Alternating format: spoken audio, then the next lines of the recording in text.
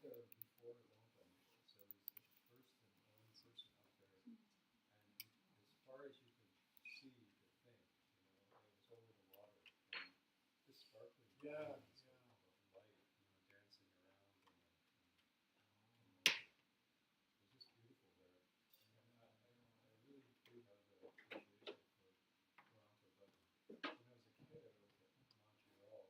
Oh, Montreal. I've met 7 people who were at the World's Fair in 1967. In my lifetime, I've met just one too. Yeah, I was there. Yeah, my father, rare. My father and mother in a rare sort of generosity thing. Purpose thing. That was my parents too, and my uncle. And I just remember the geodesic class, transparent geodesic dome with all the space, from the United States, NASA. Oh. The space program. Oh, yeah, I vaguely remember that. Yeah, that just left an imprint in my mind. So you pursued a career in science. Well, actually, it's funny thinking here. I found out the geodesic dome that was very connected to Yeah.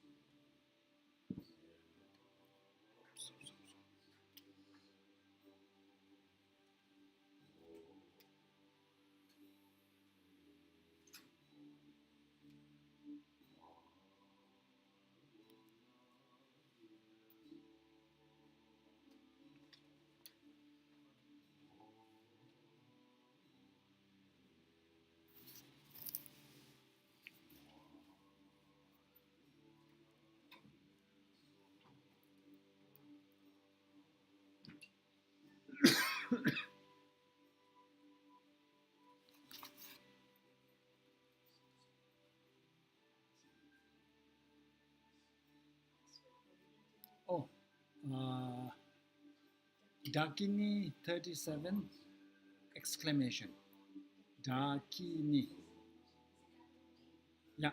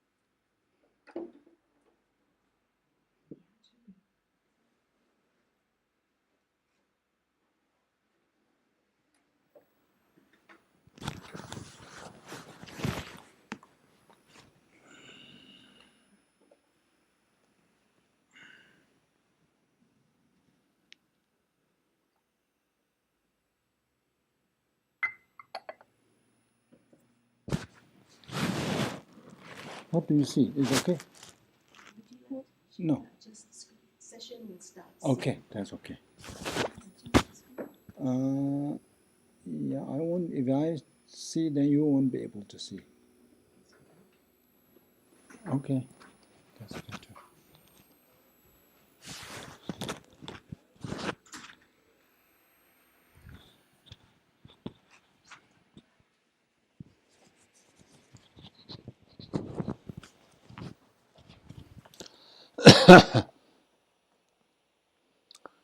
So today our umze is missing. So who is going to be the umze, new umze? Of course.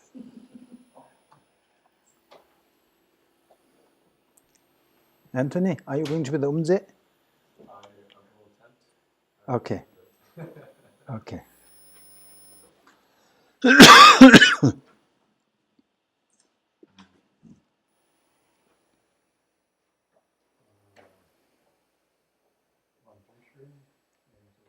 Tumba 좀 낸데. Yeah.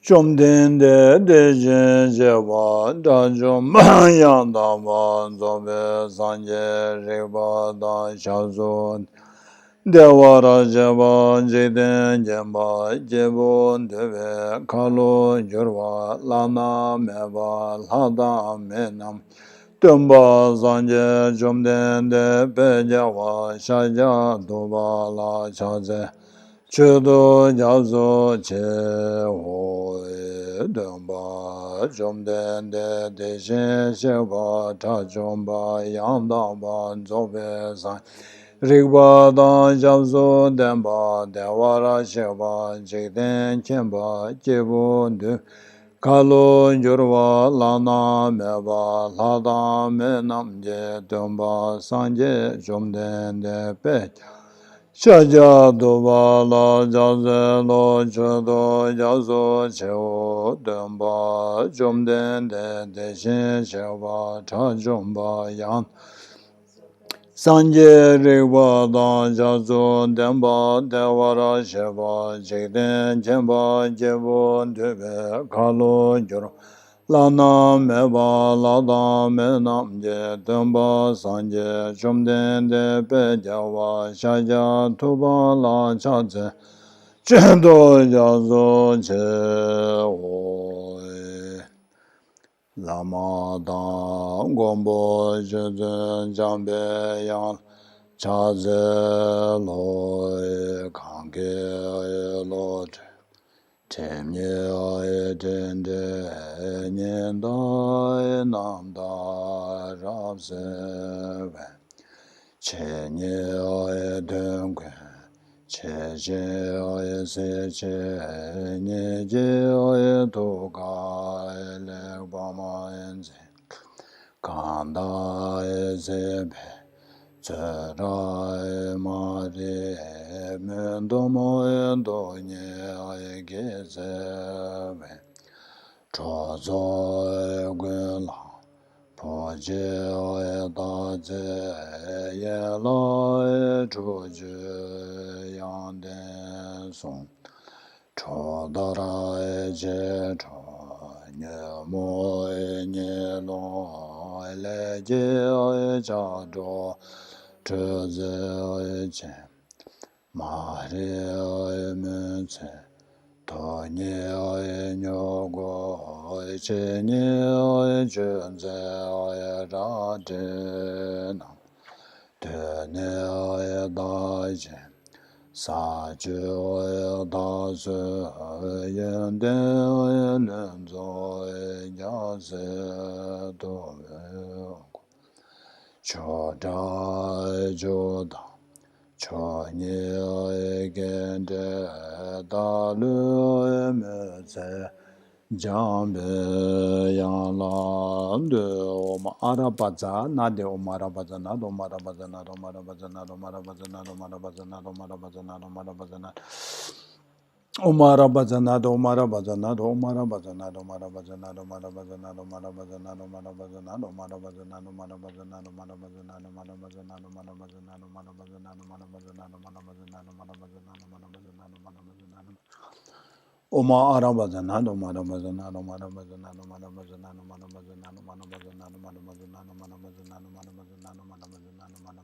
Marabazana, Omara Bazanado, Marabazanado, Marabazanado, Marabazanado, Marabazanado, Marabazana. Omara Bazana,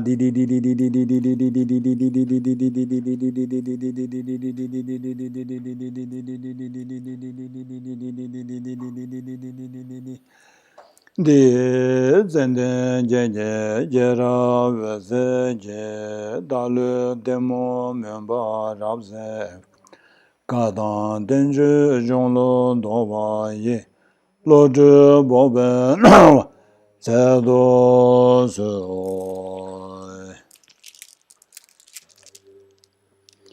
jo zhen me do dama e je ra le je nyen de jenba de Sanje jendo me de bowa ye dogen namda jen chevara e shoy damba je nama je chegwe kala kenze chenche ne chedara zame dujan zema duje zamana duje jaba do soy Guru Rana Mendala Ganaya Daya Me Sanje Chudan Soje Chonamala Chanju Bado Dane Jazoje Dage Chushe Jibe Sonamanje Jola Penje Sanje Jobara Shoy Sanje Chudan Soje Chonamala Chanju Bado Dane Jazoje Dage Chushe Jibe Sonamanje Jola Penje Sanje Jobara Shoy Sanje Chudan Soje Chonamala Chanju Bado Dane Jazoje Dage Chushe Jebe Zonama Je Jola Penje Sanje Jobara Sho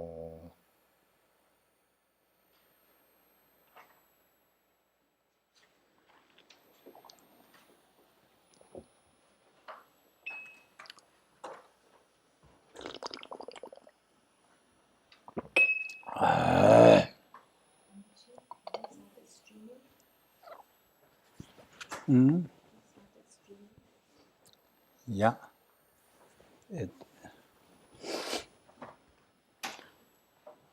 Amala, could you please pass me a tissue?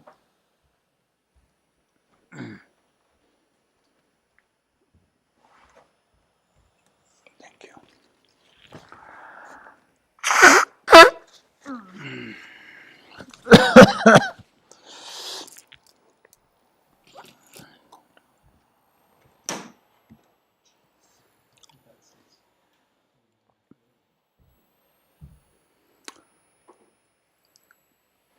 Good morning.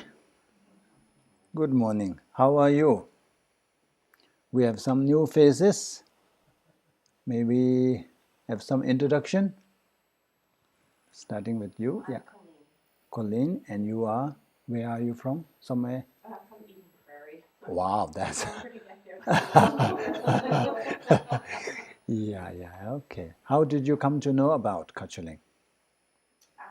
Well, I've been practicing in Tibetan Buddhism for quite a while. I onboard people, and I onboarded a Tibetan lady recently, and we were talking, and she just told me there's this new center opening up, and you should go up there. Yeah. It's not really new center opening. Okay. So Kachuling has been here for, I think, many years, but we just moved to this new property. So yeah, last week was the first class in this new property. Since it's a new property, people are curious to see what is there. So we made it like an open day so that people can just visit and tour the place. Yeah. And how about you? You were here last week? Hi. Yeah. Yeah, my name is John. Okay. I'm from the Twin Cities, Uh-huh. and I used to work in Southeast Asia for a long, long time there, and then I retired, and ironically, I didn't get interested in Tibetan Buddhism until I got here. Mm-hmm. And then I just discovered this center over the internet. Okay. And a man named Ken put me on the mailing list, and then last week I found out about the opening, and I came. Okay.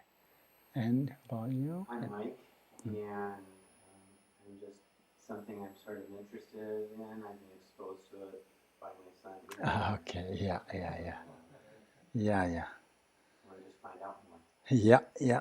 So welcome. So I think most of you are familiar with the practice. So just now, the last three stanzas, we repeated this stanza Sanje Chodon Soje Chonamla. We recited this 3 times. This is to really set our motivation, because we have prioritized this time. You have important things to do, especially on Sunday. You have other things to do, but you have decided to come here. So that means over all the other things, you have prioritized this time to come to class. So if our motivation is not correct, then it's kind of wasted. Even though we are here and trying to do some spiritual practice, it may not become a spiritual practice. So that's why in Tibetan, in actually generally in Buddhism, we emphasize so much on setting up a proper motivation.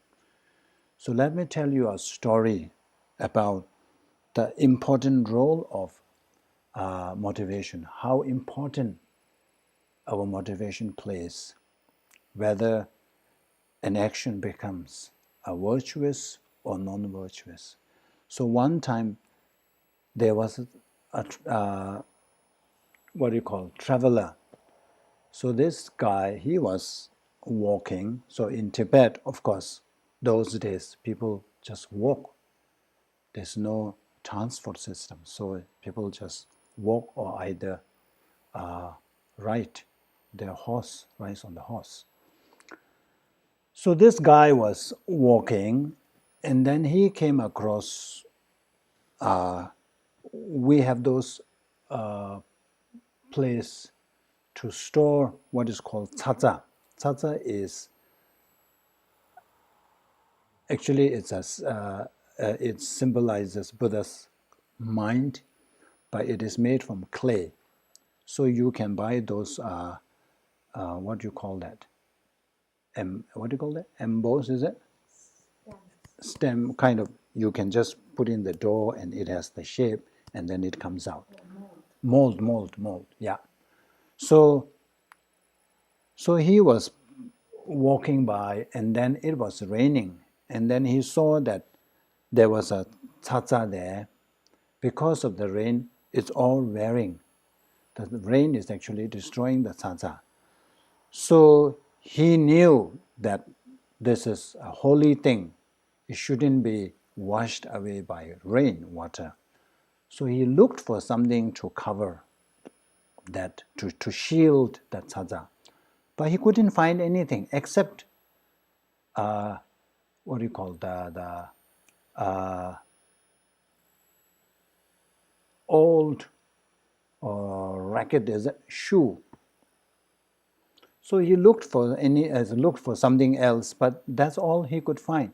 So he covered that on the tsaza. So one is the Buddha's representation of Buddha's mind. It's something holy, and then you have that pair of old shoes. So normally we don't do that. We don't put anything, this kind of thing, on something like a holy object. So anyway, that was the only thing he could find, and his intention was really to protect, to shield that, because to him this is too holy. So he went by, and another passerby came along, and then he saw that, and he was like, who was the one who did this? No respect at all, such a disrespectful. So he took away that shoe and let the rain wash it. But in the end, it is said that both accumulated same merit. But you see, from judging from the action, the result should be different. One should accumulate merit, the other should not. Instead, the other should really have committed a huge negative karma. But because of the intention is reverence or veneration to that object and to protect that, to shield that. Both have that intention. Because of that intention, they accumulated the same amount of merit. So this shows that how important our motivation plays a role, whether our action becomes a meritorious one or not. So likewise, when we come and sit, if we fail to adopt or set up a virtuous mindset, then it becomes a waste. Of course, you can gain some knowledge. That's all about it. There's nothing spiritual in that. So let's say if you come here just to, I want to learn something, I want to know something, so that, I can become famous. I can show off. I can tell my friends how knowledgeable I am when it comes to Buddhism, especially Tibetan Buddhism. So if the intention is only that, then it's too, first of all, it's worldly concern. Yes, you learn something, you gain some knowledge, that's it. It does not do anything. It does not help you in this life, nor in next life. So in order to become anything as Dharma practice, to qualify action or mindset to become a Dharma, we say that it must at least be concerned next rebirth, next life, not this life. If you come here for the purpose of this life, to gain fame, wealth, whatever it is, then it is not Dharma. Your practice is not Dharma practice. No matter whatever you do, you may use all kinds of implements. You may dress, you may cut your hair, whatever you do. But it is simply mundane, worldly practice, not Dharma practice. So at least is to do for the next life. At the moment, I am alive. But this, our, friend or enemy or whatever you call, that death can come anytime. It will not discriminate. It will say that, okay, you are still young and healthy, I will wait for you. It won't say that. Or neither it won't say that, oh, you have not retired yet, so I will let you live. It won't say that. Or I know that you have projects to finish, I won't grab you. Won't say, isn't it? It will come anytime. It will hit us any moment. When that happens, when the death comes, we don't have the freedom. Of course, we want to be born in a good rebirth. We want to achieve a very comfortable life in our next life. But we don't have the choice. We don't have the freedom to choose our next rebirth. What determines where we are going to born, whether up or down, is all our karma, our action, positive karma. So now you look in and go through your day, and how many times do we commit to Dharma practice? Even if it's not Dharma practice, doing something virtue. How many hours of the day? Very little. 6-7 hours, we sleep, isn't it? We have to sleep. Then certain hours, cooking, eating, going here, driving there. And then if you have work, another 8-9 hours occupied there. So there was no time to really focus. Even when we sit down to do our practice, the quality, what is the quality of our practice? Rarely we have a perfect practice. First of all, we start without proper motivation. We may do something, but it is all motivated by worldly concerns. And then while even we are doing, we are not 100% focused. Common practice, Tibetan practice, is to recite Om Mani Padme Hum. Especially lay people, they don't know to do all kinds of sadhanas or reading. So the only thing they do is recite Om Mani Padme Hum. So when we do Om Mani Padme Hum, we start Om Mani Padme Hum. We are reciting Om Mani Padme Hum, but our mind is touring the whole world, wandering here and there. If it's simply wandering, it's okay still. By having all these negative thoughts, thinking about your enemy and trying ways, thinking of ways to get even with that person while reciting Om Mani Padme Hum. We do that, don't we? This happens. So that's the actual practice. That's also stint. Motivation also not proper. And then the dedication. When we conclude any prayers or any practices, we're supposed to do the dedication. How many of us do the dedication? Even those of us who do dedication, we dedicate towards this life's goals, this life's purposes. So in that sense, when we take all that into account, there's no real proper virtue there.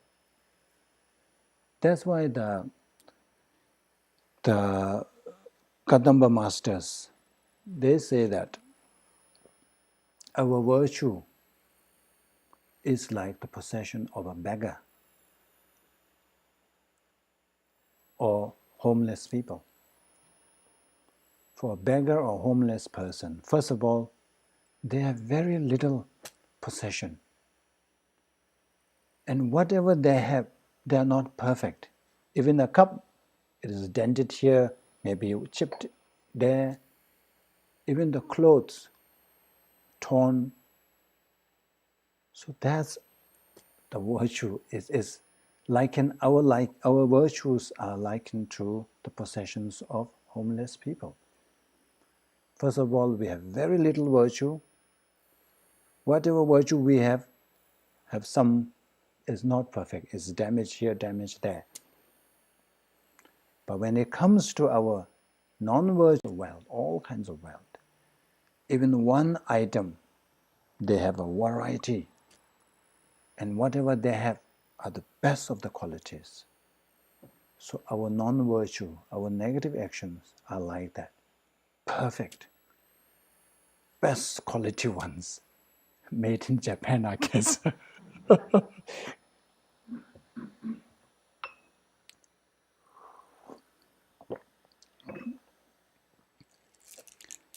So given that, we already know that at the time after, when death comes, we know where we are going, isn't it? So that's why realizing all this, going through this contemplation, then when there's some kind of fear that, oh, I better try, I better do something to ensure a good rebirth so that I don't have to go down. At least I don't have to die with regrets. The best part is when we put effort, when we try our best, we may not know what the future is, but at least at the time of death, we will have no regret. At least we can tell ourselves now, it's okay. I have tried my best. Even there's nothing much I could have done. So there is at least some kind of a, what you call, comfort. So that's the main thing. So when we do Dharma practice, minimum it has to be motivated by that kind of motivation, that I must make sure that I have a good rebirth. Whatever I do, I must avoid going down. So that's the minimum. Then if you want to do more, then you also kind of contemplate, yeah, it's very good to have a good rebirth in the next life. But then the next life, you still have to die. At that time, same situation. You don't have the freedom to choose. Again, we are at the mercy of our own karma. So as long as we are under the control of karma and delusion, we have no freedom. So I must free myself from the grip of karma and delusion. So I must work towards, I must practice so that I can be free from the clutch of karma and delusion. So that's when we are aspiring to achieve liberation or nirvana. That's better than the earlier motivation. And then the best we say is the bodhicitta mindset, which is that, yeah, it's very selfish. Yeah, it is good to, achieve liberation, to be free from all the sufferings. But if I only aim to liberate myself, that's kind of a selfish in a way, because all sentient beings have been enormously kind to us. Their kindness has been enormous. We don't realize it, we don't know, because we have taken repeated births. We cannot even remember what we ate yesterday. How about last week? What did you eat for lunch? What did you eat for dinner? Even like yesterday, what did I eat? You have to really work hard, isn't it, to remember that. So imagine if you are to remember your past life. You cannot remember. But it doesn't mean that if you don't remember, it doesn't mean that others haven't been kind to us. Even from a conventional sense, we are here, all due to the kindness of others. We are sitting comfortably under this roof. Who did all this? You drove here. Who made those vehicles, the cars you drove? You didn't do it. The house you right now here, you didn't do it. Somebody else did it. And you may think that, oh, I pay it. It's my money. But where did your money come from?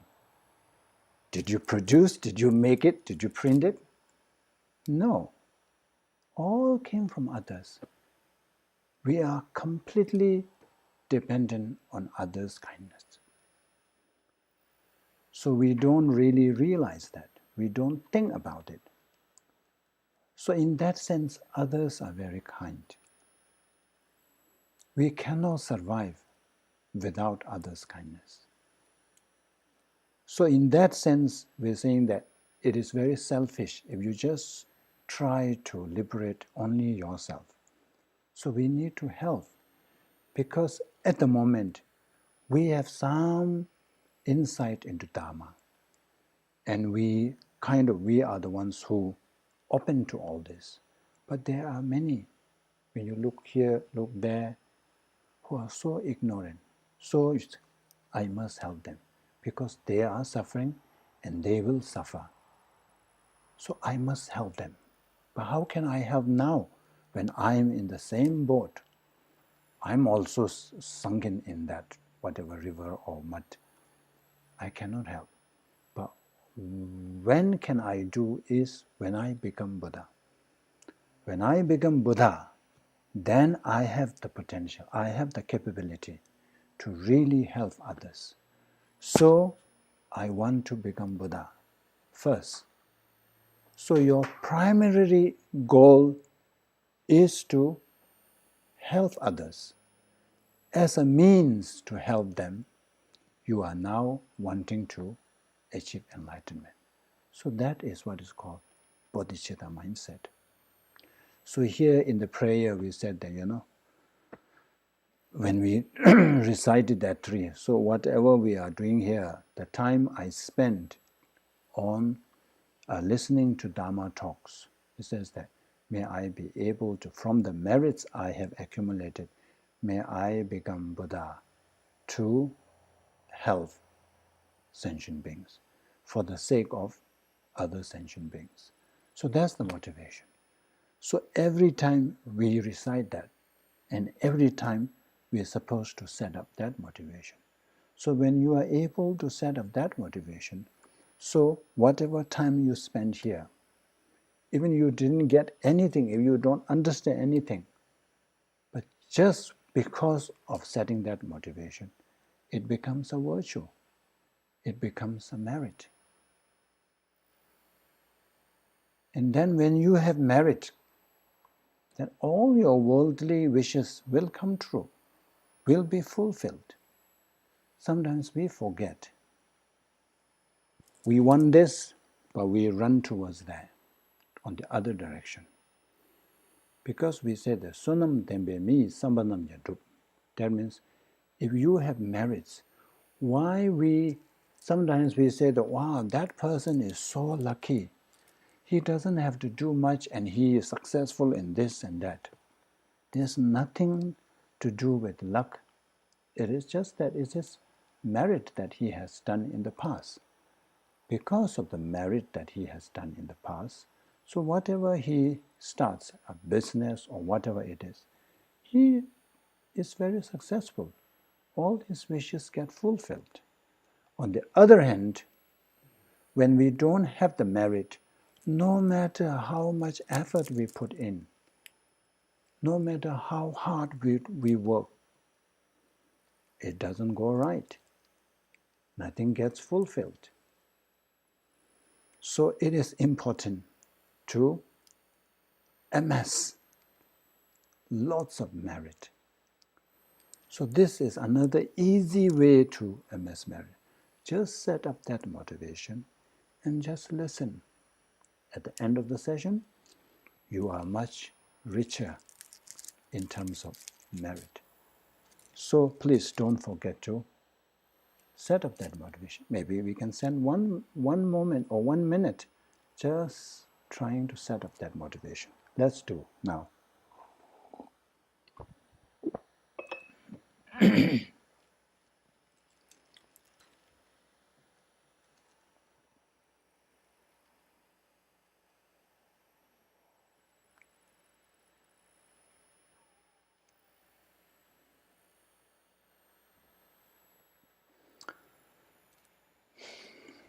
Okay.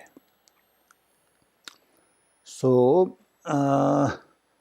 those who are tuning in, please let me know when, if and when the connection breaks. If and when the connection breaks.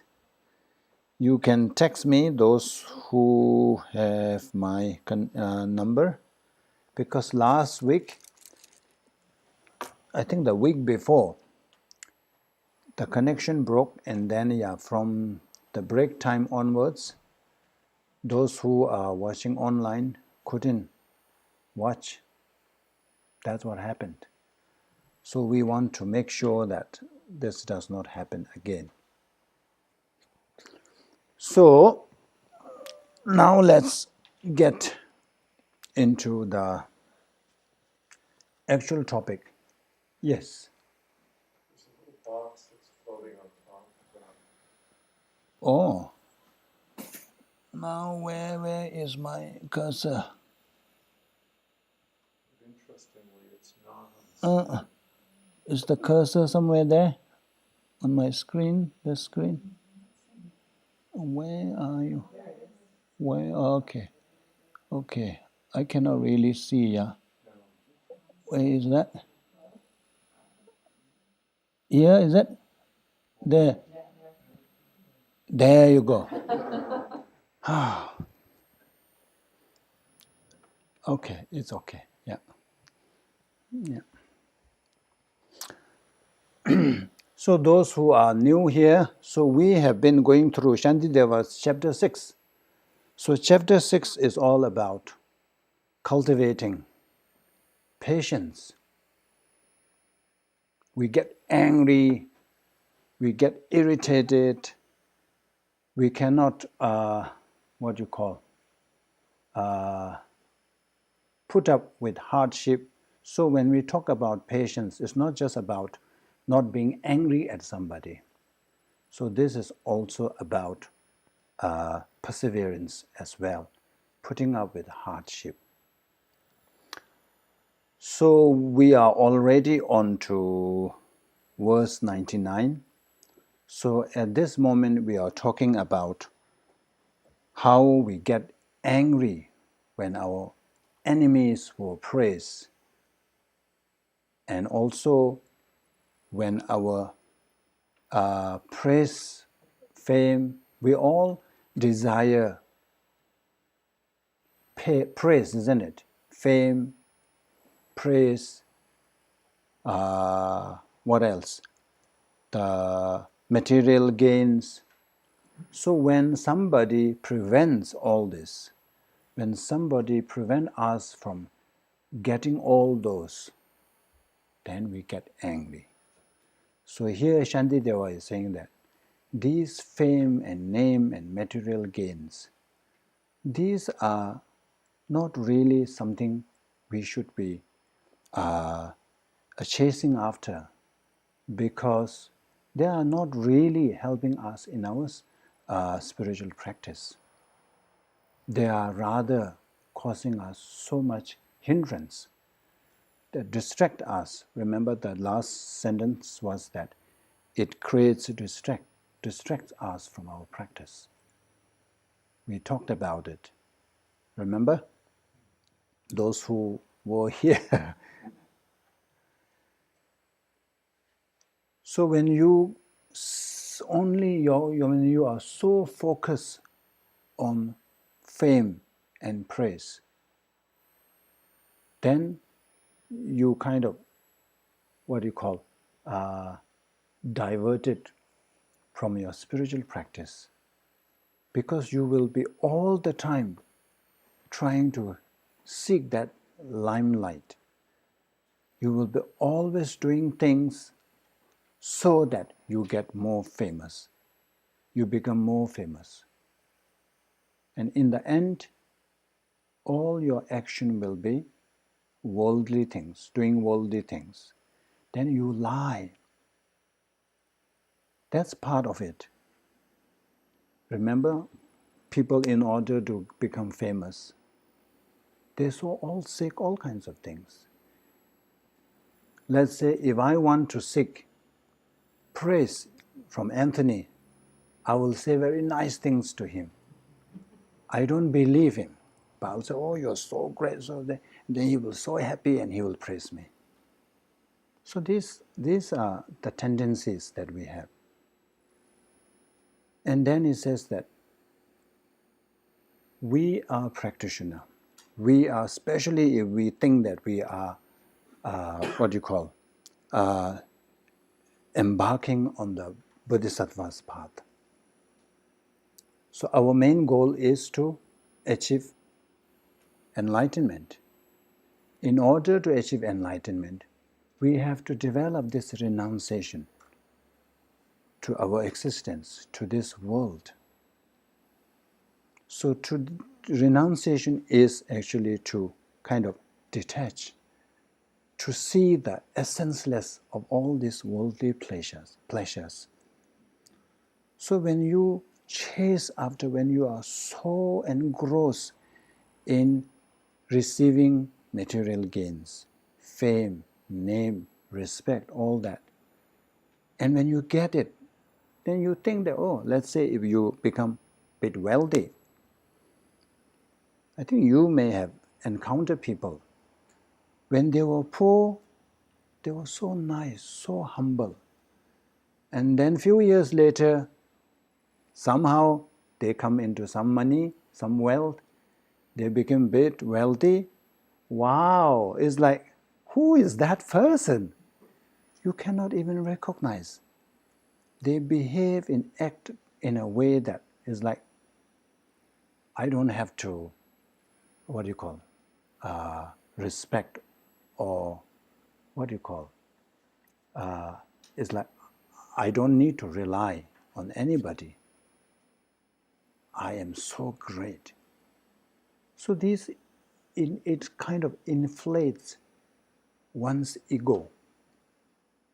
And then because of that ego, what will happen is, when you see somebody lower than you, then you tend to kind of, disrespect.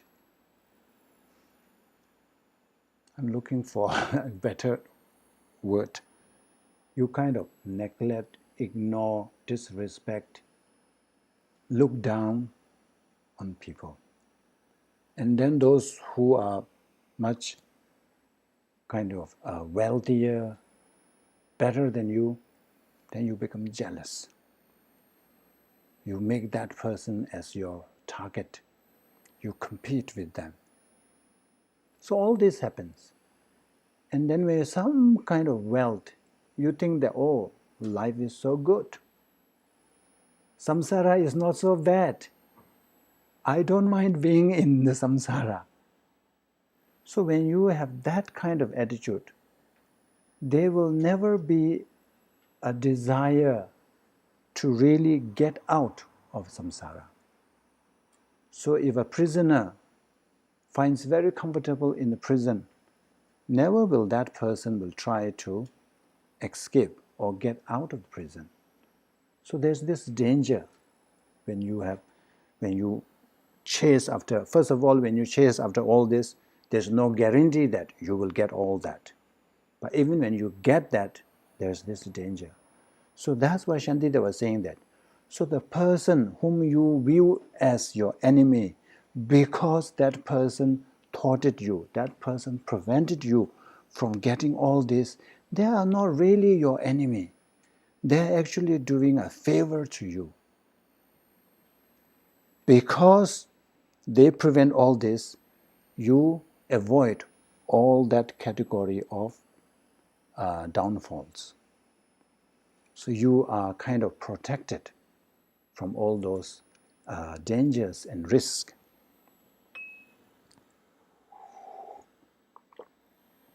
So I'm going to go quickly through verse 99, even though we have covered this before, because those who were watching online, they missed. So therefore, where is the Tibetan one? therefore are not those who are closely involved in destroying 99, yeah. Tijir thagi toso ni shikjir kanda nyerneba tada thani nyasundu tongwa sunjir shume nam. Therefore is, we have already talked about all these faults. So therefore are not those who are closely involved in destroying my praise and the like also involved in protecting me from falling into the unfortunate realms. If we get caught up in the pursuit of all this, the fame, the recognition, the material gains, respect and all this, we will engage and commit in all kinds of negativities, which will result in being born in lower realms, which is said to have, experienced so much hardship. Even we don't have to think about lower realms or anything, but even in this life, when you are so caught up with this, you don't really enjoy. But those, when we are the one who are watching them, we think that, wow, what a fantastic life they are having. What a wonderful life. But if we are able to get into their mindset, then we will have better understanding. Then we will say, oh, I don't want to be in that person's shoes. Let's say a billionaire, or let's say celebrities. They don't have that much freedom, isn't it? We can walk out in any part of the city and enjoy a cup of coffee or anything, but they cannot. And some of those rich people, they are always accompanied by their bodyguards. There's always fear that they will be either kidnapped or they will be assassinated. But we don't have that worry. We can walk freely anywhere. We can enter any place without fear. Those who have lots of money, those celebrities, famous people, they don't have that kind of luxury. So from that point, also you can see that it's not real fun. And then those who have lots of money, they have difficulty sleeping. I always tell this, that if a researcher goes to a monastery and then measure the level of happiness and then compare that with a billionaire or millionaire, I believe that there will be a stark difference. On the one hand, billionaires, they can put their money on the floor and turn it into a mattress and they can sleep. They have that much money. In the monasteries, monks, during my time, penniless. And there were many times where I have not a penny in my pocket, but I don't remember to be being, very miserable. I think all the monks like this. When they get money from the money offerings in monastery, the main income for the monk is that people will sponsor a prayer session, and then the sponsor will offer money offering. So sometimes it will be 5 rupees. Of course, 5 rupees is nothing. 10 rupees. And the monks being monks, if they get 10 rupees now, straight away goes to the monastery's canteen. So it's like when they have, they spend it. And then when they don't have, okay, they just very happy about it. So my point here is, all that wealth and all that looks so glitter and all this, what is that? There's a praise, isn't it?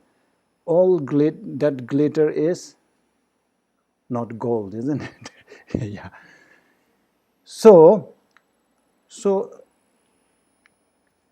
in the pursuit of all these four things, we may engage or we may commit all kinds of negativities, which will result in undesirable consequences.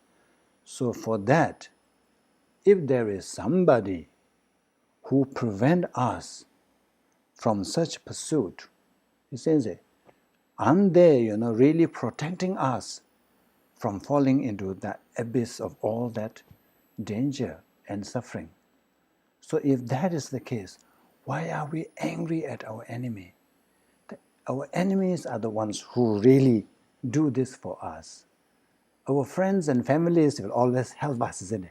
Come, I will help you get more money. I will help you, get more fame, more recognition. But the enemy is the one who does the opposite. So these are, in a way, if you are not really into developing or cultivating patience, then it's like kind of fantasy. How can I be able to see, my enemy as somebody who is helping me? But if you really are into developing compassion, patience, then these are ways, the reasons, ways to contemplate so that it can reduce the intensity of your hatred or animosity towards somebody whom you don't like. Sometimes there are cases where whom you consider or label that person as your enemy, and you cannot even sleep when you think of that person. So that's very damaging. Not for the person, but for you. Minimum, it will destroy your sleep. Because of that, you are unable to sleep, let alone other negative impacts. So if we are really interested in cultivating patience, then it is good to really use these. These are different ways to think. Shantideva has given numerous reasons and ways to think about.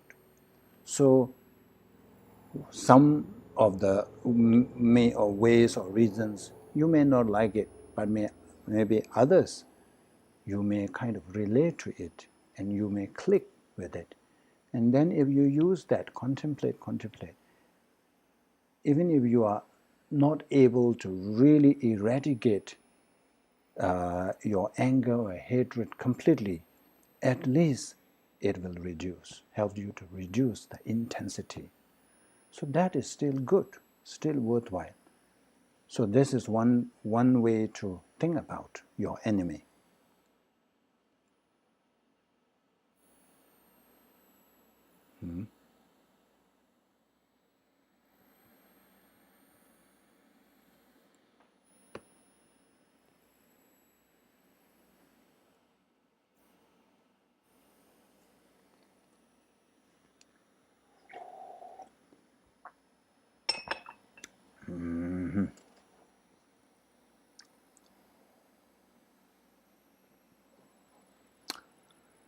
Thani chobo tuñi la nyedan kurdi chingmi gu kanda thaching chö cheba tela thani chedar chos. I'm okay, thank you. So now,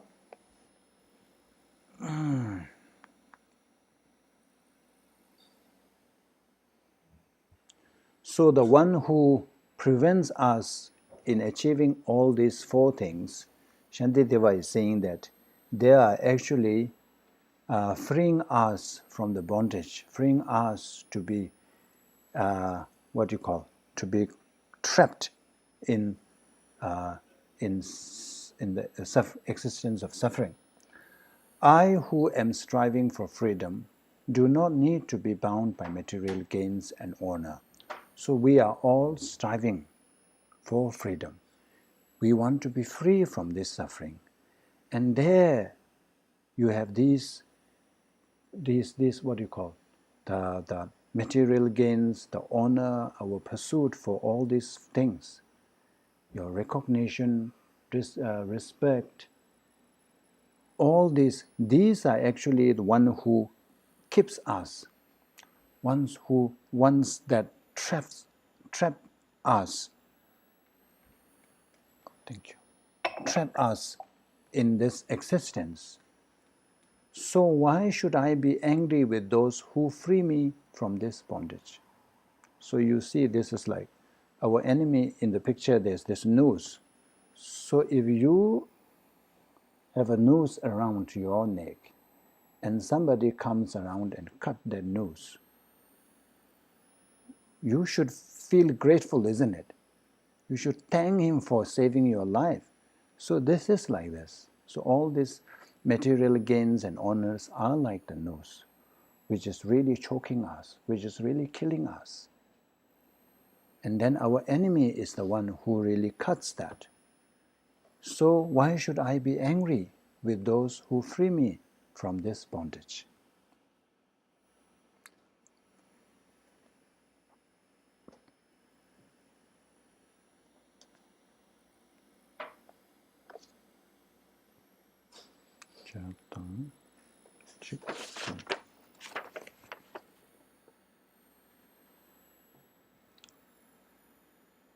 Tani tunye jugdo la sanje kini chenlab shin midong gopar ni jurba tela tani chedar chos.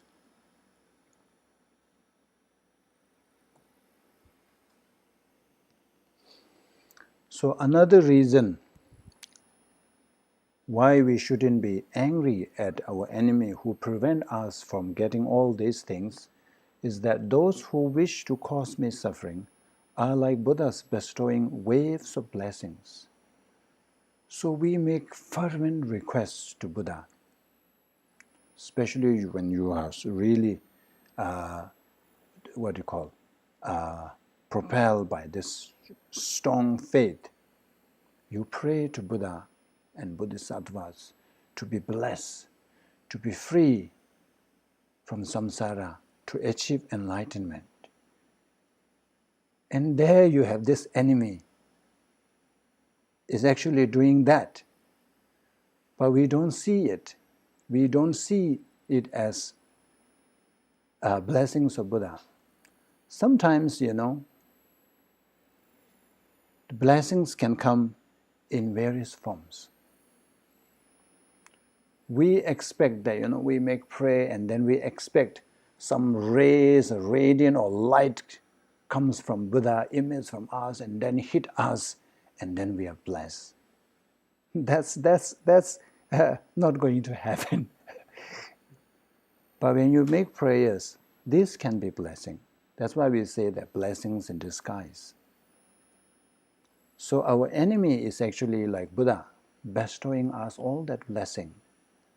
So I see that, all these are causing you all that trouble. So let me prevent you, let me take away all that, so that you don't have to suffer. You don't have to experience the consequences. That's what actually our enemies are doing. So as they open the door for my not going to an unfortunate realms, why should I be angry with them? You see, Shantideva has a point, isn't it? But we don't think this way. So these are very helpful. When you get so angry at somebody, then sit down, first calm down, and go through this reason. Reflect on these points and see. Maybe it can help. But maybe it can increase your anger, I don't know. Anyway, let's break here. We normally have a 15 minutes break. So the break starts now. Please have tea, water, something.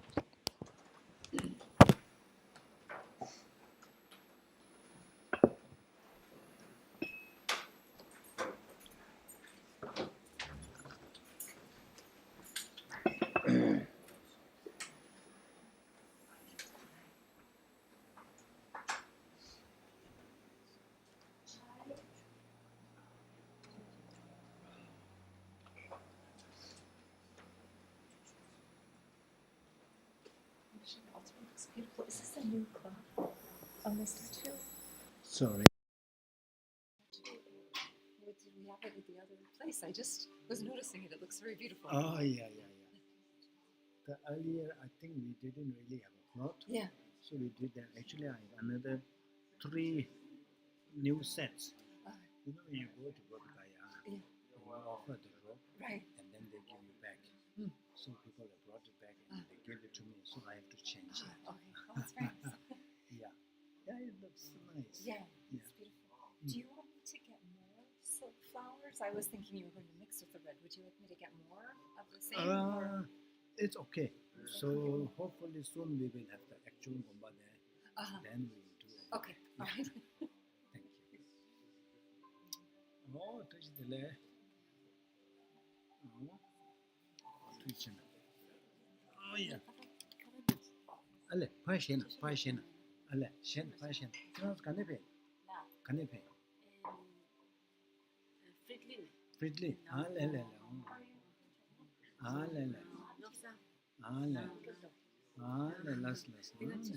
Ore, anne twaji. Ore.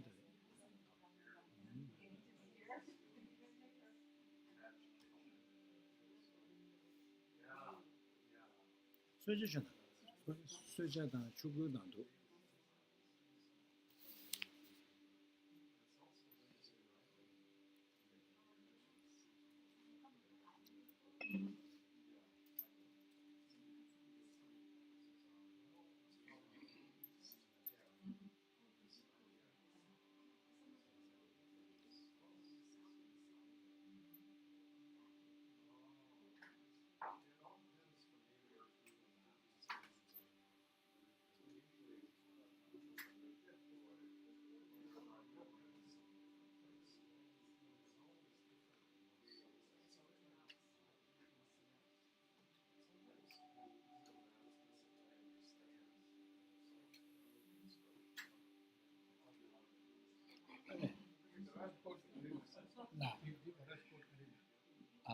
Garage code 9596.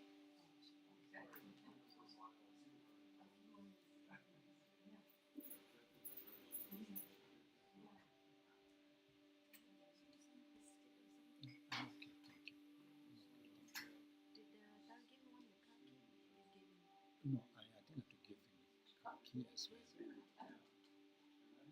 In my deck pouch, I think.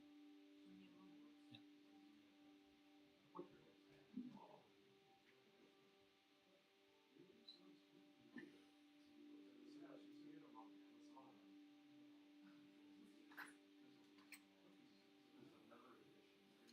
Can you pop it?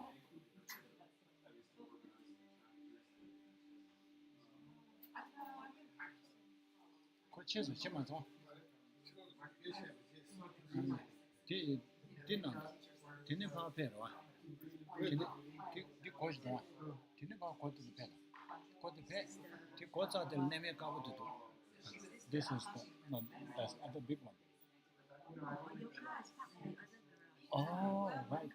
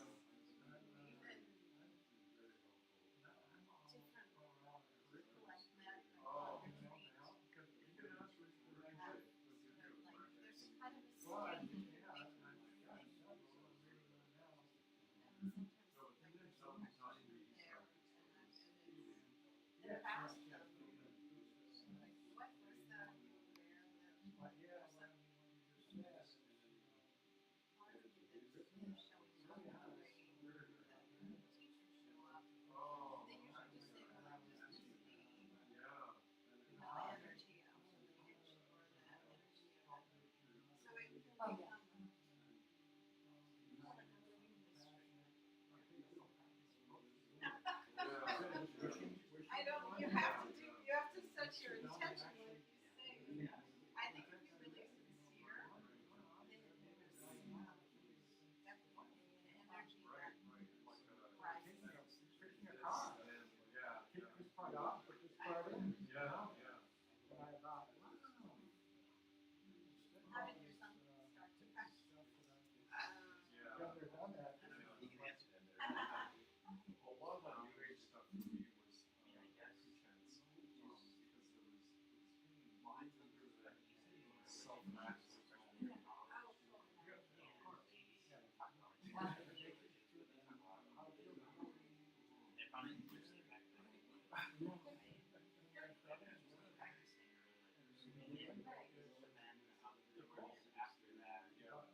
So it is hard to kind of figure out where to lie, but I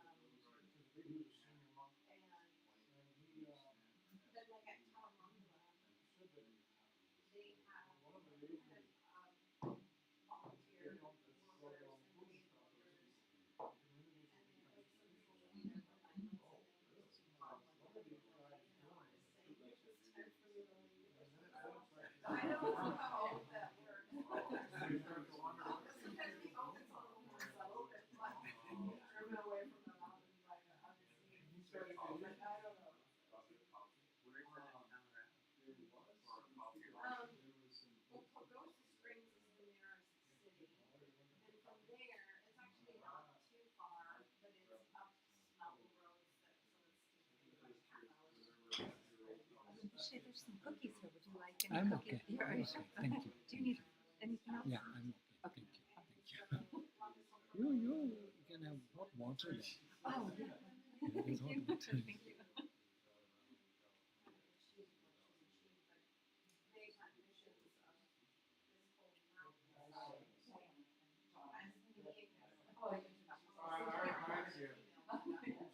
Yeah, thank you for that.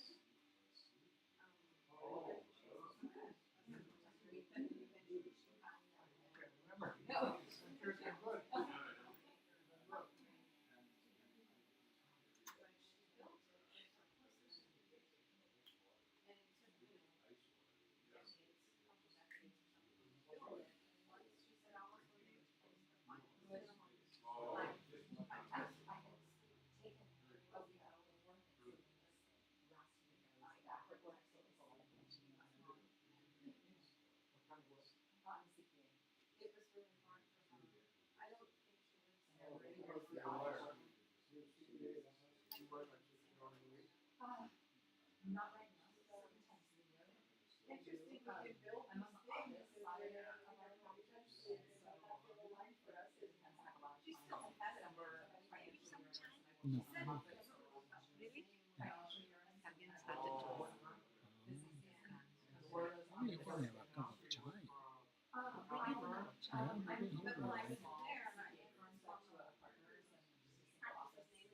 my I was.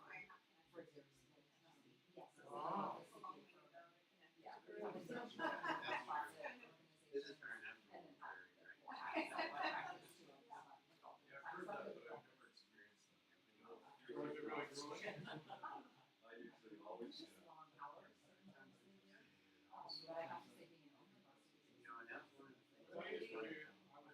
Okay, so. Mhm.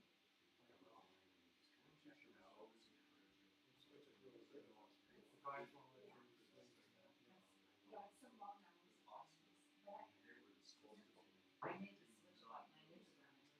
So to be a small farm, I have to say I stressed that was actually less than on an owner, and I was in a large farm and a manager. Yeah, not only a small farm, but I have to manage my client expectations and their deadlines.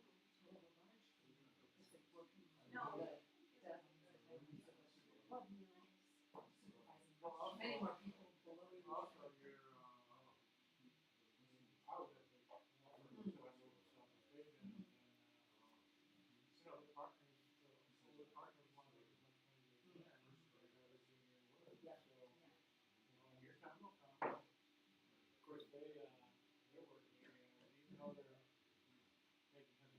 Oh, yeah, the partners, they work more obviously than anyone else.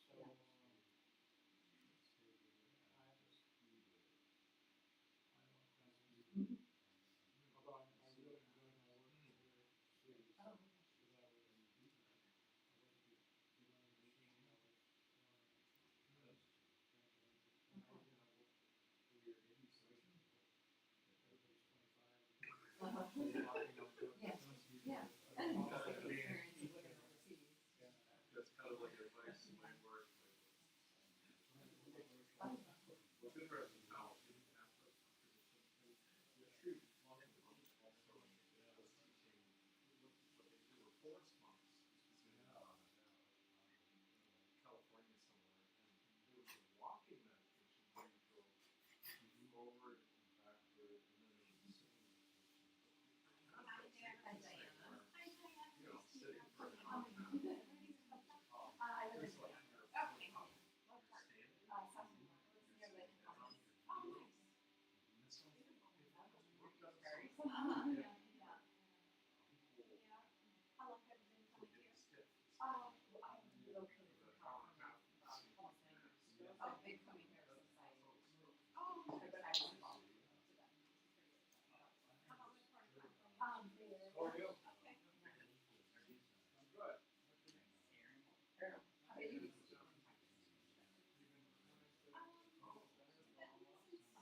like around 2014. Okay. Last year, just started to really, well, I would say the center I participated in was in Northfield, and it's kind of, they don't really have like a guided See, I, teacher, so they bring in guests. Oh, So okay. there, you Yeah. know, Theravada.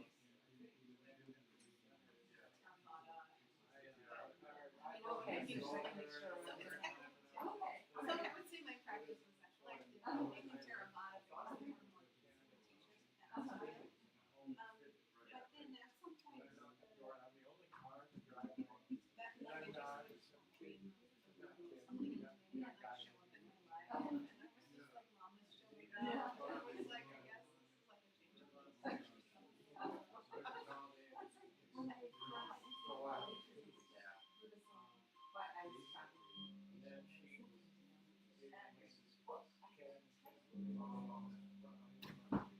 sorry, I didn't.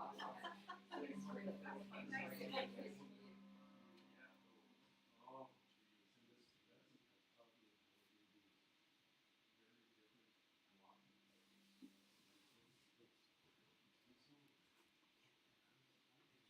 And this Tibetan probably would be very different walking. No. So I'll just find my own path here. You guys walk together. I'll walk alone.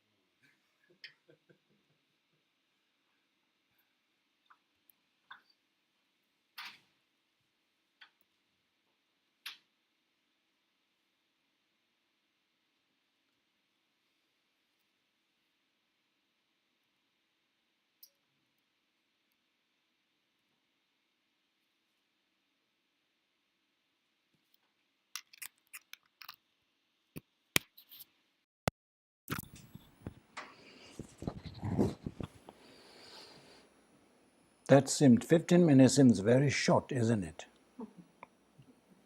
That's us. Sitting in the class, we were like, wow, it's break yet. I have to admit, part of my motivation for enjoying this teaching so much is the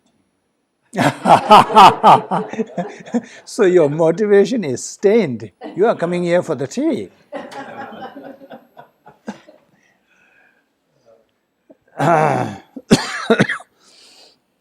Okay.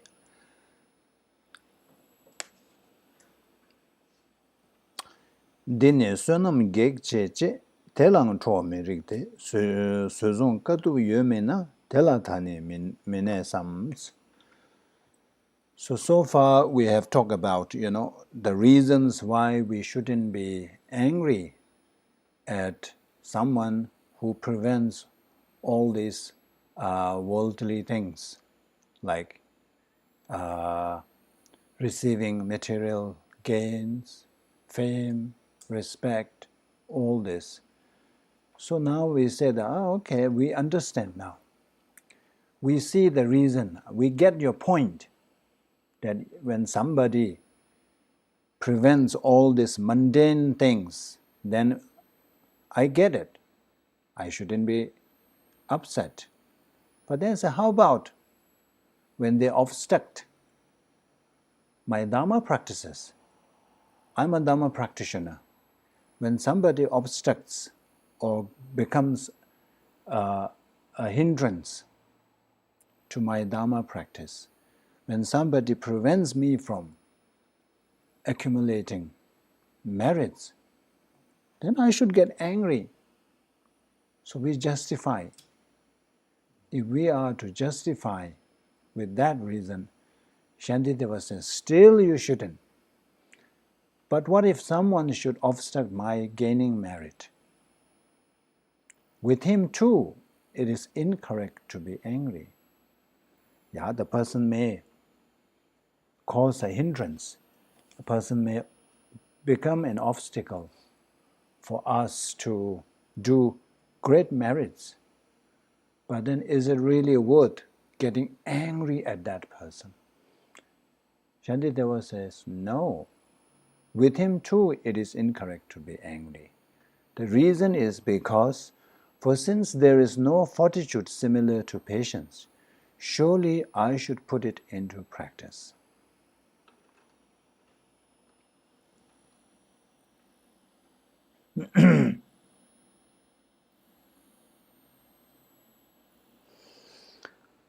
So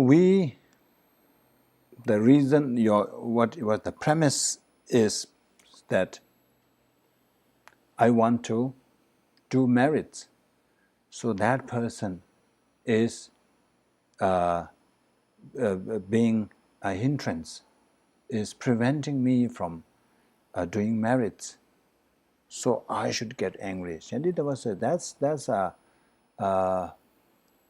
what you call the flawed reason, because since we want to accumulate merit and practicing patience is the greatest,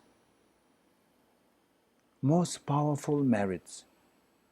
So on the one hand you say that I want to accumulate merit. On the other hand, you are letting go of the most powerful merit. So he's saying that since practicing patience is the great merit, the strongest force that results into merit, then you shouldn't be. So when you get angry at the other person, remember one of the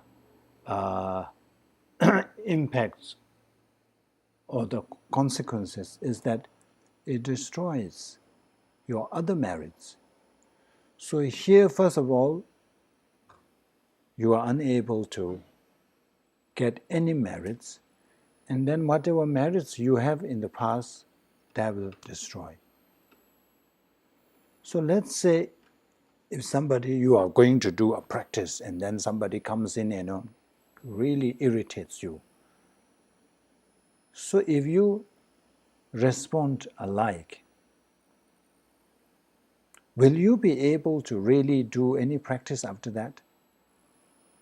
If you get angry, if you get upset at that, let's say you come here to do meditation and somebody comes and sits something, does something which you didn't like, and then you really get angry. So after that anger, you may even say something. After that, will you be able to do meditation? It's very challenging. You're already hyped. You're already angry. And it will take ages to really calm. Even if you try to do meditation, it won't be a good one. You will be still, mind will be so muddy. In order to do meditation, your mind needs to be calm and still. That's not there. So that's what Shantideva is saying. Even somebody who causes hindrance, who becomes a hindrance to our Dharma practice, to our spiritual practice, who prevent us from getting merit, even to that person, we shouldn't get angry.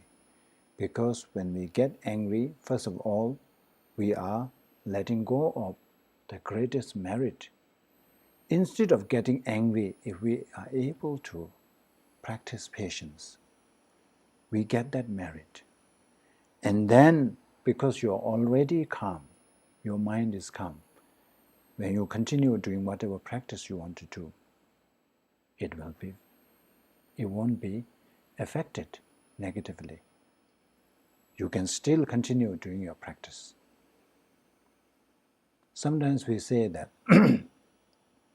I was thinking of doing a good meditation, and then this person came on and, destroyed everything. I couldn't do meditation. We say that.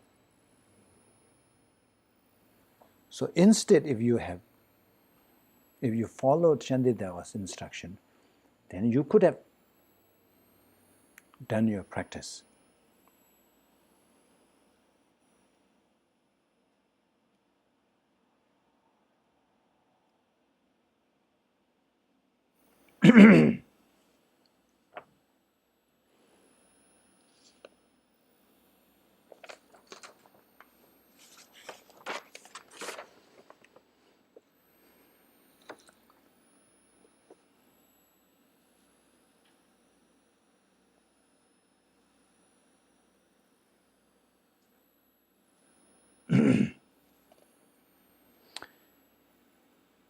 Kedi tani rangyunji dila soba mechena sunam juni nyerneba dila tagik chebar says, if due to my own failings I'm not patient with the enemy, then it is only I who am preventing myself from practicing this course for gaining merit. So here Shantideva was saying that this is the best opportunity. When your enemy or somebody makes you angry, that is the opportunity to practice patience. When others are kind to us, they are nice to us, no way we can practice patience. Only when somebody is nasty at us, then that's the opportunity. That's the time we have to practice patience.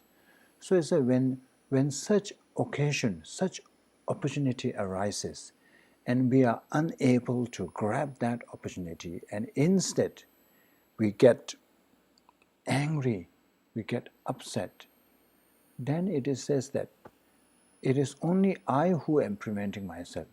So even though you think that the other person is preventing you from doing merit, actually it is you yourself who is preventing yourself from getting this merit, because the other person is there to offer you the opportunity, but we failed to realize that this is the opportunity. to practice patience. Instead, we get angry, upset, and then we lose that merit. We lose that opportunity to practice patience.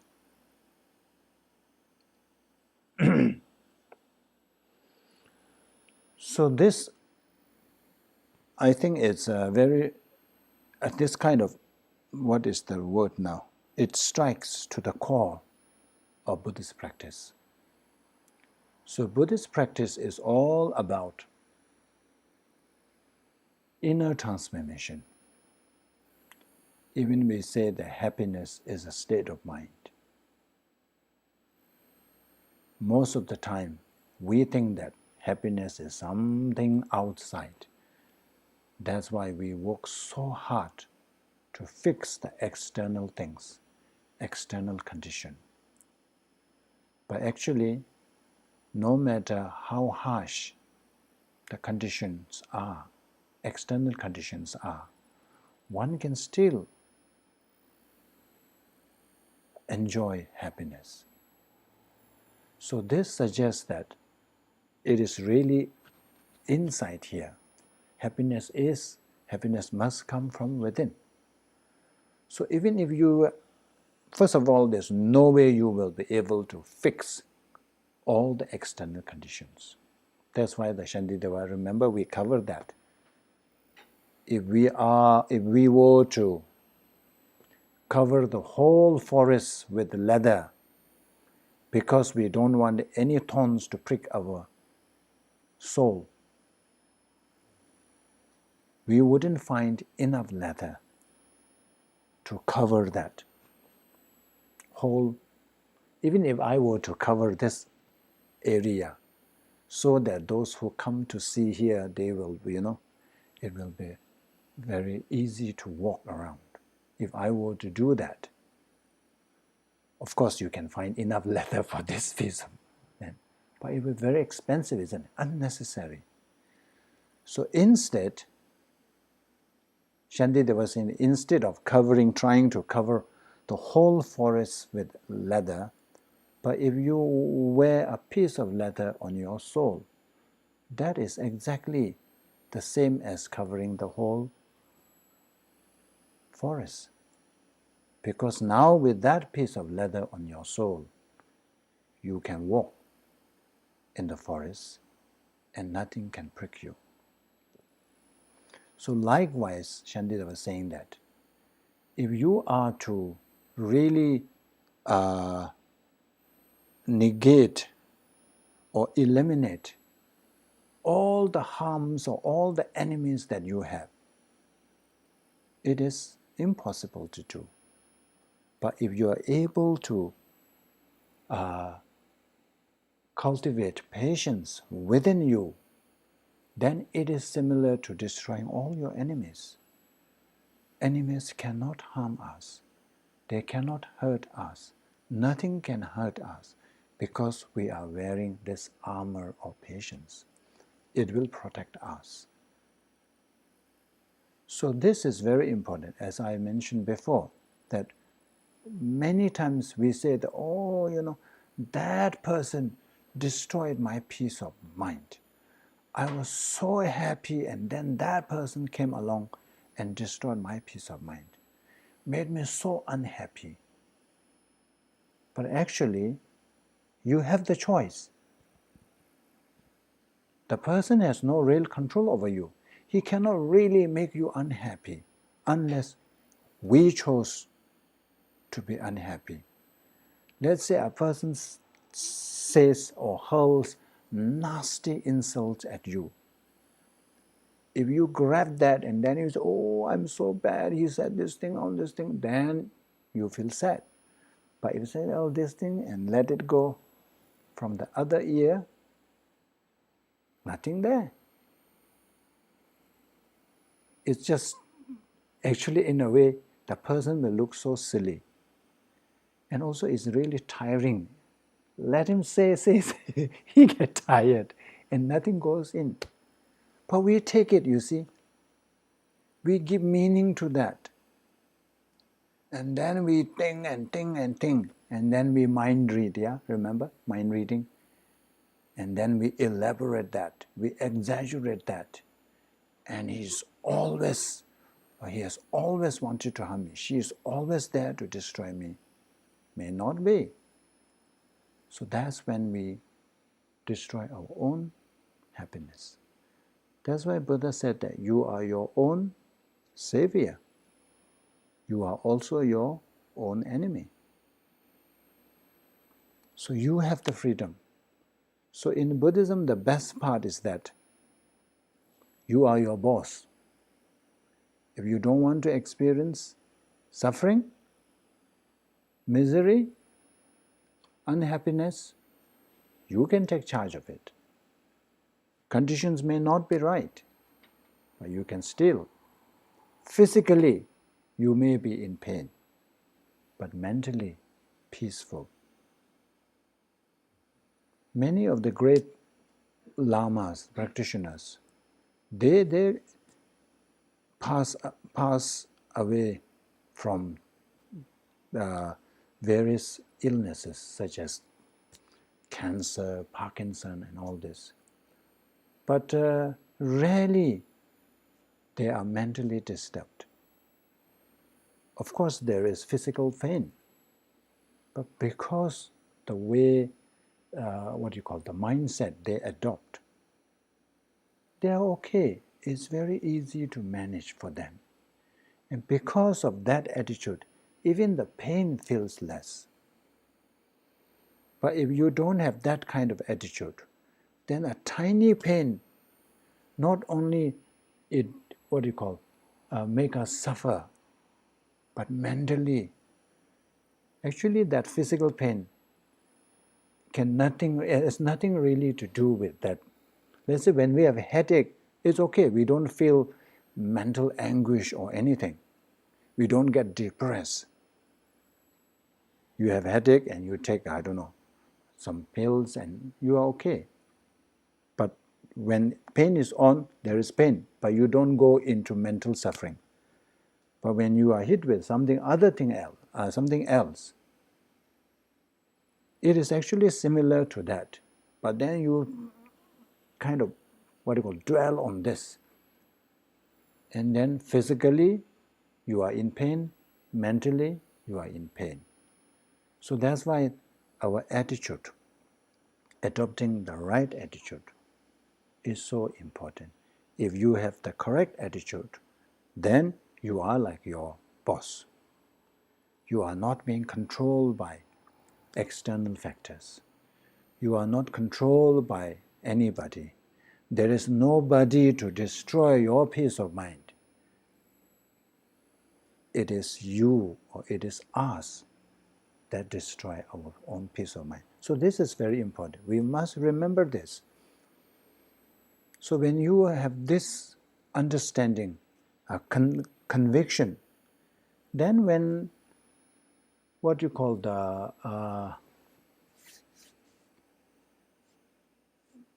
difficulties, when we face challenges, difficulties, because since we are in this existence, difficulties and challenges are inevitable. Sooner or later, they will be. We will go through. We will encounter difficulties. But when we have this kind of conviction that, okay, I am my own savior, I have the remote control, whether I want to really suffer or a little bit suffer or not suffer, if you feel that I am one who is holding the remote control, the custodian of the remote control, then, you know what to do. And then all these challenges you will be able to see as part and parcel of your existence. Nothing new, nothing to be surprised. This is the way it is to happen. And it's happening now, okay, move on. So that's important.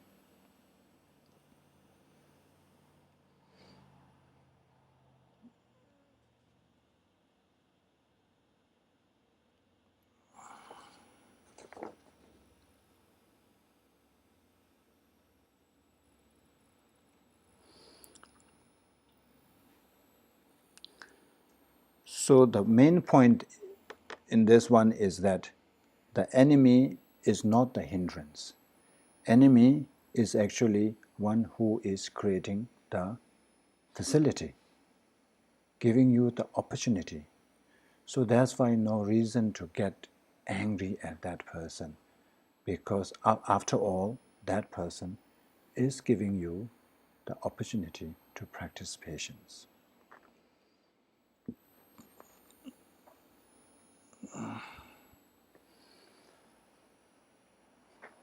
Mhm.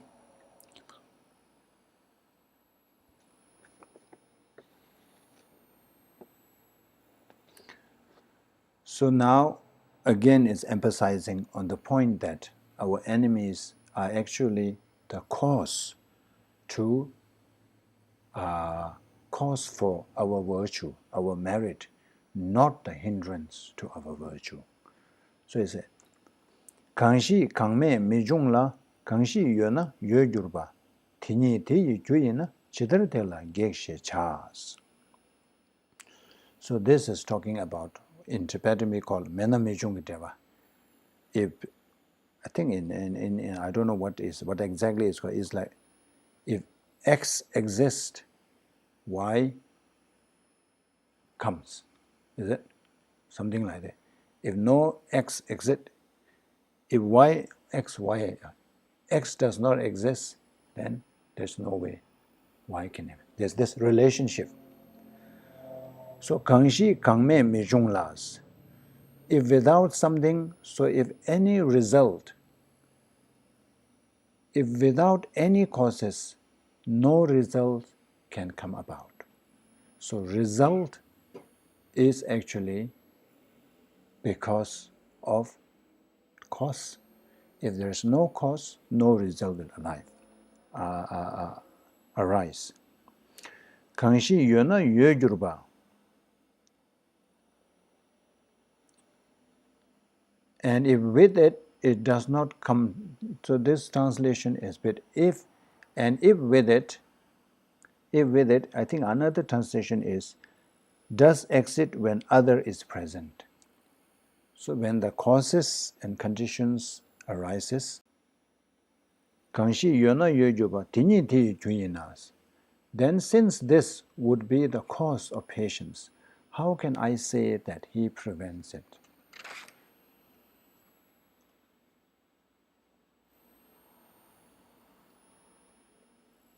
So I think it's similar to what we have discussed before. So our enemy is indispensable in our cultivation of patience. Without enemy, there's no cultivation of patience. So if we want to become enlightenment, we need to engage in the practices of what is called six perfections. We have to perfect perfect in these six areas. So one of them is patience or tolerance. So others we can do with other things. You don't really need an enemy or somebody causing us harm. But in order to perfect this perfection of patience or tolerance, the enemy is indispensable. Without enemy, no way. We cannot practice patience to someone who is very kind and nice to us all the time. Whereas when somebody really irritates us, makes us angry, that's when we practice. So in that sense, like the seed, like apple seed, is indispensable for the apple to bear fruit, isn't it? Without that seed, no apple. Without apple seed, no apple. Likewise, is saying that without enemy, we cannot perfect the practice, the perfection of patience. Without that, we are short of one perfection, Even if we are able to perfect the other 5, the generosity, the ethic, then what else? The concentration, the wisdom, the perseverance. But without that, we won't become Buddha. So in that sense, our enemy plays such an important role. It is actually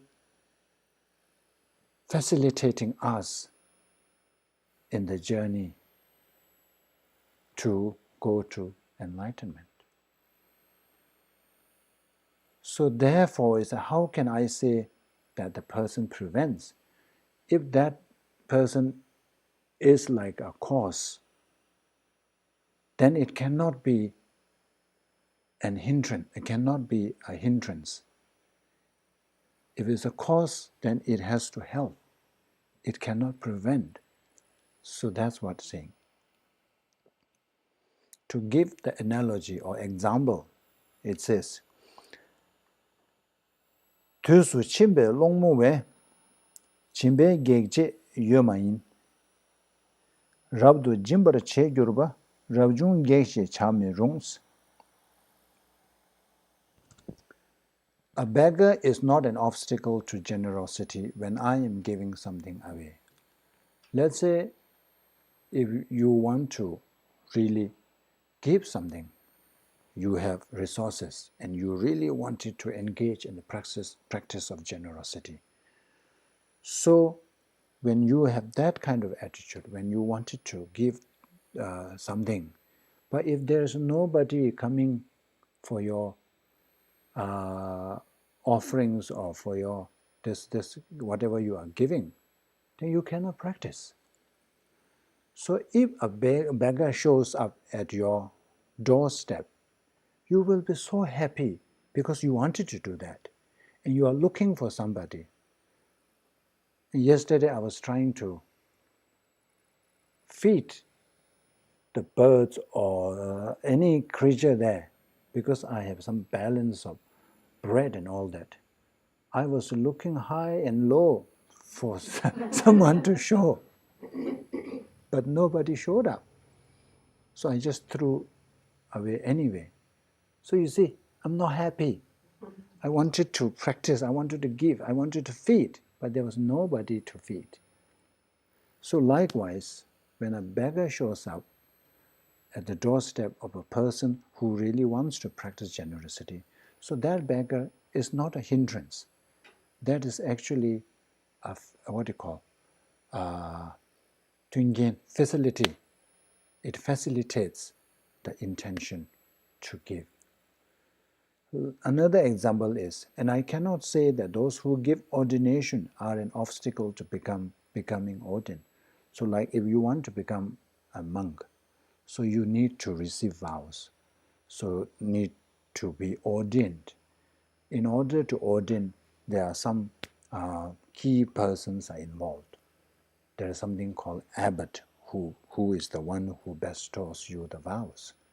So if you are seeking to be ordained, if you wanted to be ordained, and then when you meet the person who bestows you, so that person cannot be a hindrance to your receiving this ordination, because that person is the one who facilitates this. So that's the analogy. So likewise, our enemy is the one who facilitates us in the practice of cultivation, developing our practice of patience. So in that sense, that person is not an hindrance to gaining merit, to cultivating merit. It is actually the only person who provides us the opportunity to practice patience, which is the strongest force, most powerful merit. So, okay, there's more.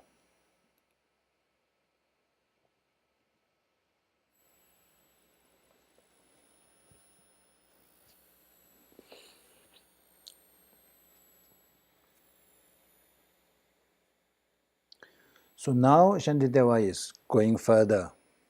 Is that not only they are not your enemies, not only you shouldn't get angry, but we should be grateful to them. We should kind of venerate them. We should be respectful to them. Can you do that? Thank you very much. You go and say to your arch enemy. Yeah, that is a mark of whether you have cultivated patience or not. When we are able to say, oh, thank you for really giving me the opportunity.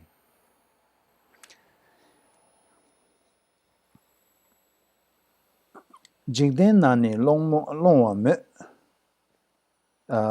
nyoba cheba kwenba te dedar parnu maje na gayan nyoba mije tos. So why we should be grateful and where should we respect them is that there are indeed many beggars in the world. So when it comes to practicing generosity, it's easy to find. So you go and say, oh, I'm giving. Let's say you don't need a beggar actually. During COVID time, when many people are giving free food, those are meant for those people who really have difficulty, isn't it? But you see everybody queuing there. It doesn't have to be a beggar if you want to practice generosity. There will be countless people. You will not be short of people to give. So that's what I'm saying. There are indeed many beggars in the world. If you say, I'm going to practice generosity, I want to give something, one will hear about it and then there will be a crowd. So in order to, for somebody, accommodating or facilitating the practice of generosity, Shantideva was saying that nothing to be really, that's so great because it's very easy to find. Whereas when it comes to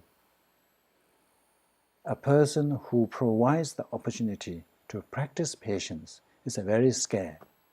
Because here we are talking about a person who is on the path of practicing practicing the Bodhisattva's path. So those who are real practitioners of Bodhisattva path rarely get angry. So because always being kind, always being helpful, so less enemy. So if you are a kind person, generally you have less enemy, isn't it? If you are a nasty person, if you are a cruel person, if you always try to inflict harms and all these things, naturally you will have more enemies. So you're saying that for Bodhisattva, it is very rare. But scarce are those who inflict harm. For Bodhisattva, it's very scarce. There's not many people who will cause harm to them. So you have very few who provides that opportunity. For if I have not injured others, few beings will cause me. The reason is that because if you are practicing Bodhisattva paths, if you are on the Bodhisattva paths, especially if you are a Bodhisattva, you will be always putting other person's welfare ahead of you. So you are always thinking about helping the other person. So in that sense, you have less enemy. Therefore, less people to inflict harm on you. Because of that, the number of people whom you can practice patience is also very few. So, those few, a handful, who is offering you the opportunity, we should feel so grateful. Isn't it? I have a picture here of a diamond, I guess. Diamonds be precious, it's so rare. Because it's so rare, it's so expensive. That's why everybody is like, wow, diamond. Treat it as, really important, precious. So likewise, it's saying that when you encounter your enemy, when you encounter somebody inflicts harm, it's saying that take it as a treasure. But it's very difficult. It's not easy. So that's why I said that if you really wanted to develop patience, then these are ways. These are ways. Cognitive, it's actually kind of a cognitive behavioral therapy. So you think through and then you change your behavior.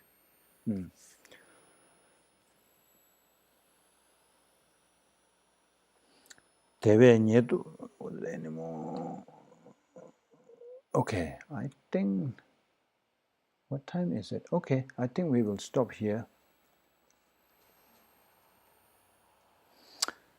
Okay, that's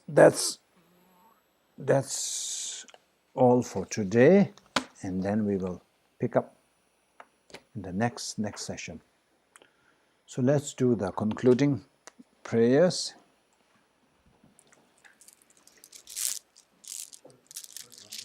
Yeah.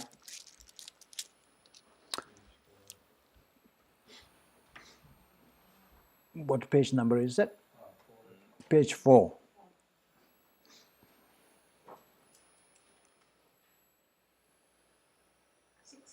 Page 6, is it?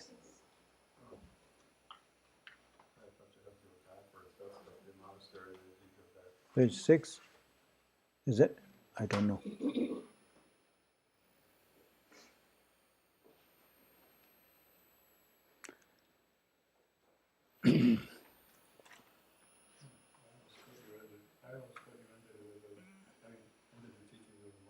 Okay, let's do the mandala. Sa ji bege joje medo dama rera lenje nyende gyambande sanje jendo mide bewai dogu namda jenla jobara jo yedama guru rana mandala gana ya taya mes. Now the dedication. Maje bana maje yorje jeba nyamba meba yang kone gondo bewara sho lama damba je namgara jele jojo jeba da lozan dembe deme zanzumanje dove meze dado ne joro je Korwe Shengamanzo Bendan Dewa Malu Jungwe Ne Chenre Zewan Tenzin Janzu Ye Shabe Sede Bado Denjoro Che Bebawe Chedara Kemba Dan Kundo Zambo Deyan Dejendo Deda Gunge Jesu Dalo Jen Yawa Deda Tamje Rabdo Ngo Duzon Shekbe Yawa Tamje Je Ngowa Gala Chodo Ngawa De Dage Jewe Zawan De Gunja Sambo Jeje Rabdo Ngo Wara Yes. Okay, thank you.